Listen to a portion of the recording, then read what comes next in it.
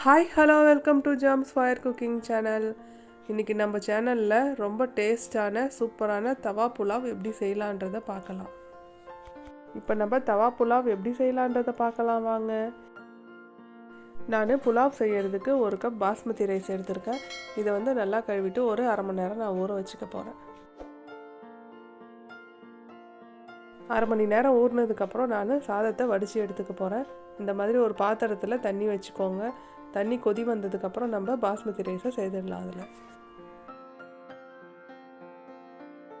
நீங்கள் பாஸ்மதி ரைஸில் செய்யலாங்க. அப்படி இல்லாட்டினா நீங்கள் நார்மல் ரைஸில் கூட செஞ்சு பார்க்கலாம். ஆனால் டேஸ்ட் இந்த ரைஸில் தான் நல்லா வரும். இப்போது சாதம் வெந்துருச்சுங்க. நம்ம வடித்து எடுத்துடலாம். இந்த மாதிரி ஒரு வடிகட்டியில் எடுத்து மாற்றிக்கோங்க. இதை வடிச்சிட்டு ஒரு சைடு எடுத்து வச்சுடுங்க. அதுக்கப்புறம் நம்ம எப்படி தாளிக்கிறது அப்படின்றத பார்க்கலாம். நான் ஒரு 2 டேபிள் ஸ்பூன் பட்டர் எடுத்துக்கிறேன். அது கூட எண்ணெய் சேர்த்துக்கிறேன். எண்ணெய் ஒரு 2 டேபிள் ஸ்பூன் சேர்த்துக்கோங்க. பட்டர் கரையிறதுக்கு முன்னாடியே நம்ம மற்ற பொருள்லாம் சேர்த்துடலாம். ஃபஸ்ட்டு நான் ஆனியன் சேர்த்துக்கிறேன். நான் ஒரு 3 ஆனியன் கட் பண்ணி வச்சுருக்கேங்க. இந்த மாதிரி நீல வாக்கில் அதை சேர்த்துக்கிறேன். ஆனியன் லைட்டாக கலர் சேஞ்ச் ஆனால் போதுங்க. அதுக்கப்புறம் நம்ம இஞ்சி பூண்டு பேஸ்ட்டு சேர்த்துக்கலாம். நான் 3 டேபிள் ஸ்பூன் இஞ்சி பூண்டு பேஸ்ட்டு சேர்த்துக்கிறேங்க. அது நல்லா பச்சை வாசனை போகிற வரைக்கும் வதக்கி விடுங்க. இப்போ பச்சை வாசனை போனதுக்கப்புறம் நான் ஃப்ரெஷ்ஷான பட்டாணி சேர்த்துக்கிறேங்க. அடுத்தது குடமிளகாய், இது 2த்தையும் சேர்த்துட்டு வதக்கி விடுங்க. நான் பட்டாணி ஊற வச்சுட்டு போடலைங்க. இது காய்கறி கடையில் விற்கும் இல்லைங்களா, அந்த ஃப்ரெஷ்ஷான பட்டாணி தான் சேர்த்துக்கிறேன். அடுத்தது ஒரு தக்காளியை கட் பண்ணி சேர்த்துக்கலாம். இது எல்லாத்தையும் கொஞ்சம் நல்லா வதக்கி விடுங்க. அதுக்கப்புறம் நம்ம மசாலா பொருள் எல்லாத்தையும் சேர்த்துக்கலாங்க. நான் மஞ்சள் பொடி 1/2 டீஸ்பூன், அப்புறம் மிளகாய்த்தூள் 1 டேபிள் ஸ்பூன், பாவு பாஜி மசாலா 3 டேபிள் ஸ்பூன், உப்பு தேவையான அளவு போட்டுக்கோங்க. இது எல்லாத்தையும் சேர்த்துட்டு நல்லா கலந்து விடுங்க.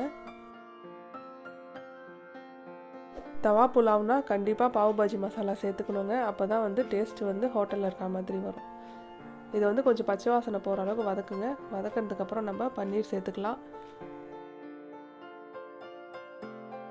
பன்னீர் போட்டதுக்கப்புறம் ரொம்ப கலந்து விடாதீங்க, ஏன்னா பன்னீர் உடைய ஆரம்பிச்சிடும். அதுக்கப்புறம் நம்ம வேக வச்ச பாஸ்மதி ரைஸை சேர்த்துக்கலாம். பாஸ்மதி ரைஸ் சேர்த்துட்டு நல்லா கலந்து விடுங்க. எல்லா இடத்துலையும் மசாலா மிக்ஸ் ஆகிற மாதிரி. பாஸ்மதி ரைஸ் உடஞ்சிடுங்க, அதனால் கொஞ்சம் பார்த்து கிளறி விடுங்க. இப்போ நல்லா கலந்து விட்டதுக்கப்புறம் கொத்தமல்லி தழை சேர்த்துக்கலாங்க. இதில் கொத்தமல்லி தழை நிறையா போடுங்க, அப்போ தான் வாசனை நல்லா வரும். இப்போ நம்ம பன்னீரும் வெஜிடபிள்ஸும் வச்சு தவா புலாவ் ரெடி பண்ணிட்டோங்க. டேஸ்ட் அவ்வளோ சூப்பராக இருக்குங்க. பாருங்கள் எவ்வளோ கலர்ஃபுல்லாக வேறு இருக்குது. நீங்கள் தவா புலாவுக்கு சைட் டிஷ்ஷாக ஆனியன் ரைத்தா வச்சு சாப்பிட்டு பாருங்கள். சூப்பரான காம்பினேஷனுங்க.